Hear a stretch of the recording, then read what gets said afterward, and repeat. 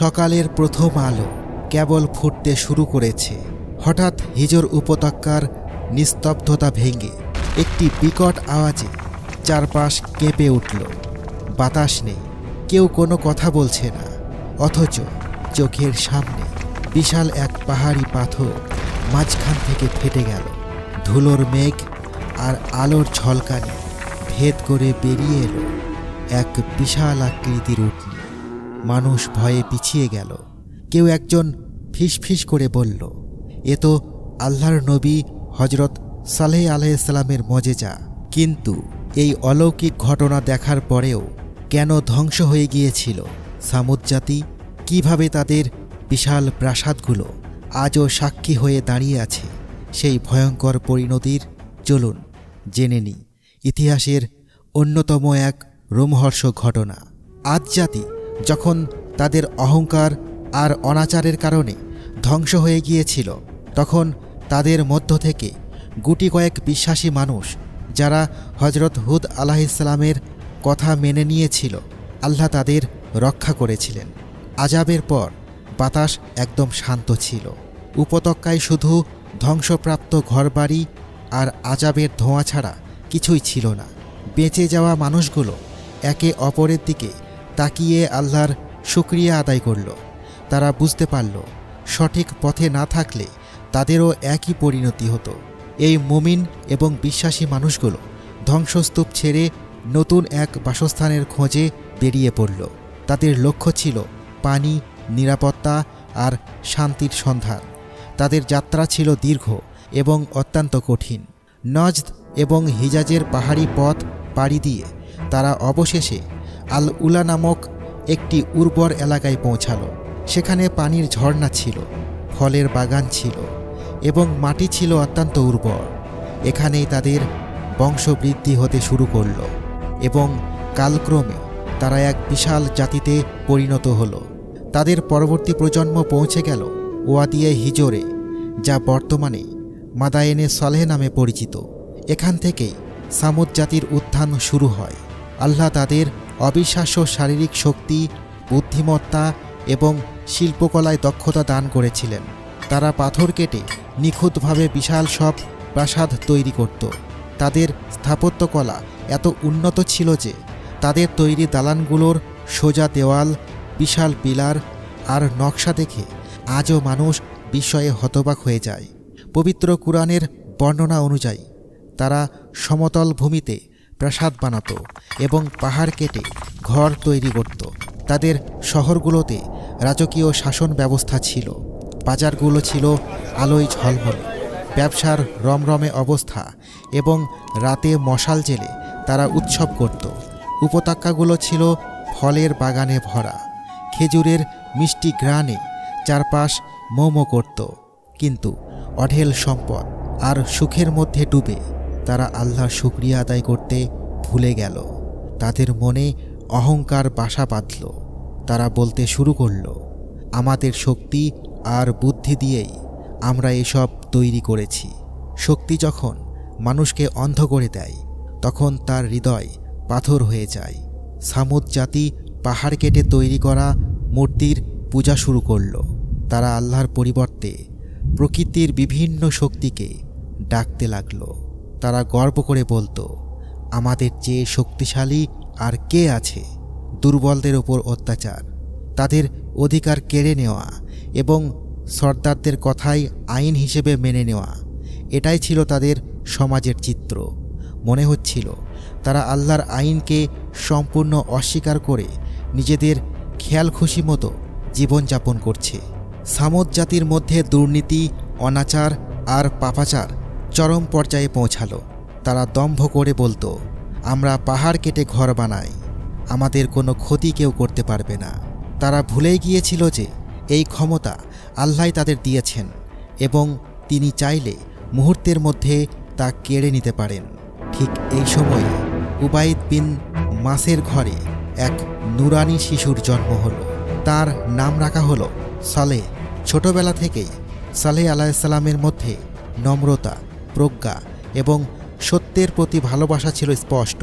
গ্রামের মুরব্বীরা বলতো, এই ছেলেটি সাধারণ নয়, তার কথায় গভীরতা আছে। হজরত সালেহ আলাইহিসসালাম যখন যুবক হলেন, তিনি দুনিয়ার জৌলুস থেকে দূরে সরে নির্জনে আল্লাহর ধ্যানে মগ্ন থাকতেন। অবশেষে এক রাতে আল্লাহ তাঁকে নবুয়ত দান করলেন। হজরত সালেহ আলাইহিসসালাম তাঁর জাতির কাছে গিয়ে বললেন, হে আমার জাতি, তোমরা এক আল্লাহর ইবাদত করো, তিনি ছাড়া তোমাদের আর কোনো উপাস্য নেই। কিন্তু জাতির নেতারা তাকে নিয়ে হাসাহাসি করল। তারা বলল, গতকাল পর্যন্ত তুমি আমাদের বুদ্ধিমান বন্ধু ছিলে, আর আজ তুমি আমাদের বাপদাদার ধর্ম পালন করতে বাধা দিচ্ছ। হজরত সালেহ আলাইহিসসালাম তাদের খুব বুঝিয়ে বললেন, এই উপত্যকা, এই বিশাল প্রাসাদ, এই প্রকৃতি সবই আল্লাহর দান। তোমরা শুকরিয়া আদায় করো, শিরক করো না। কিন্তু তারা অবজ্ঞার সুরে বলল, প্রমাণ ছাড়া কথা বলো না। যদি তুমি সত্য নবী হও তবে আমাদের একটি নিদর্শন দেখাও। ওই পাহাড়ের ভেতর থেকে একটি জ্যান্ত উটনি বের করে দেখাও, তবেই আমরা বিশ্বাস করব। হজরত সালেহ আলাইহিসসালাম তাদের নিয়ে পাহাড়ের সামনে দাঁড়ালেন এবং আল্লাহর কাছে দুহাত তুলে দোয়া করলেন, হে আমার রব, তুমিই সাক্ষী, তোমার নিদর্শন প্রকাশ করো। মুহূর্তের মধ্যে পাহাড়টি মাঝখান থেকে ফেটে গেল। তীব্র আলোর ঝলকানিতে সবার চোখ ধাঁধিয়ে গেল এবং পাথর ভেদ করে বেরিয়ে এলো এক বিশাল আকৃতির উটনি। এটি কোনো সাধারণ উটনি ছিল না। কুরআনে একে নাকাতুল্লাহ বা আল্লাহর উটনি বলা হয়েছে। সামুদ জাতি জীবনে প্রথমবার এমন অলৌকিক কিছু দেখল। মজেজা এখানেই শেষ ছিল না। উটনিটি যেদিন পানি পান করত, সেদিন পুরো কুয়োর পানি শেষ হয়ে যেত। এতে মানুষ চিন্তিত হয়ে পড়ল, কিন্তু আল্লাহ এই বিকল্প ব্যবস্থাও করে দিয়েছিলেন। উটনিটি যেদিন পানি পান করত, তার পরের দিন সে এত দুধ দিত যে পুরো গ্রামের মানুষ, পশু পাখি সবার প্রয়োজন মিটে যেত। আল্লাহর আদেশ ছিল, একদিন এই উটনি পানি পান করবে এবং পরের দিন গ্রামবাসী পানি নেবে। কিন্তু সামুদ জাতি এই নিয়ম মানতে চাইল না। সর্দাররা ক্ষিপ্ত হয়ে বলল, আমাদের স্বাধীনতা কেড়ে নেওয়া হয়েছে, একটা উটনি আমাদের পানির ওপর রাজত্ব করবে। তাদের অহংকার আবারও মাথাচাড়া দিয়ে উঠল। যখন কিছু মানুষ ঈমান আনতে শুরু করল, তখন সর্দাররা ষড়যন্ত্র শুরু করল। তারা ভাবল, এই উটনির কারণে হজরত সালেহ আলাইহিসসালামের সম্মান বাড়ছে। যদি উটনিকে হত্যা করা হয় তবে সালেহ আলাইহিসসালামের প্রভাবও শেষ হয়ে যাবে। শহরের এক ধনাঢ্য নারী ঘোষণা দিল, যে এই উটনিকে হত্যা করতে পারবে তার সাথে আমি আমার মেয়ের বিয়ে দেব। এই লোভে একদল যুবক প্রস্তুত হলো। রাতে যখন উটনি পানি পান করে ফিরছিল, তখন সেই ঘাতকরা তার পিছু নিল। প্রথমে একজন তীর ছুঁড়ে উটনির পায়ে আঘাত করল। তারপর সবাই মিলে ঝাঁপিয়ে পড়ল এবং আল্লাহর সেই পবিত্র নিদর্শনকে নির্মমভাবে হত্যা করল। তারা উল্লাস করে বলল, আমরা উটনিকে মেরে ফেলেছি, এখন সব পানি আমাদের। এটাই ছিল সেই অপরাধ যার জন্য তাদের উপর আযাবের ওয়াদা করা হয়েছিল। সালেহ আলাইহিসসালাম কাঁদতে কাঁদতে তাদের কাছে এলেন। তিনি বললেন, হায় আফসোস, তোমরা আল্লাহর নিদর্শনকে হত্যা করলে। এখন তোমাদের হাতে মাত্র 3 দিন সময় আছে। প্রথম দিন তাদের সবার চেহারা হলুদ হয়ে গেল। দ্বিতীয় দিন সবার চেহারা লাল হয়ে গেল। আকাশ রক্তবর্ণ ধারণ করল এবং বাতাস আগুনের মতো গরম হয়ে উঠল। তৃতীয় দিন সবার চেহারা কালো হয়ে গেল। উপত্যকা জুড়ে মৃত্যুর নীরবতা নেমে এলো। তারা বুঝতে পারল বড় ভুল হয়ে গেছে। চতুর্থ দিন ভোর হওয়ার আগেই আকাশ ও মাটি কাঁপিয়ে এক বিকট শব্দ হলো। এমন এক আওয়াজ যা মানুষের হৃৎপিণ্ড ছিঁড়ে ফেলার মতো। সেই এক আওয়াজেই সামুদ জাতির অহংকার ধুলোয় মিশে গেল। তারা নিজ নিজ ঘরে মুখ থুবড়ে পড়ে রইল। কুরআনে বলা হয়েছে, এক মহাগর্জন তাদের পাকড়াও করল। সামুদ জাতি পৃথিবী থেকে নিশ্চিহ্ন হয়ে গেল।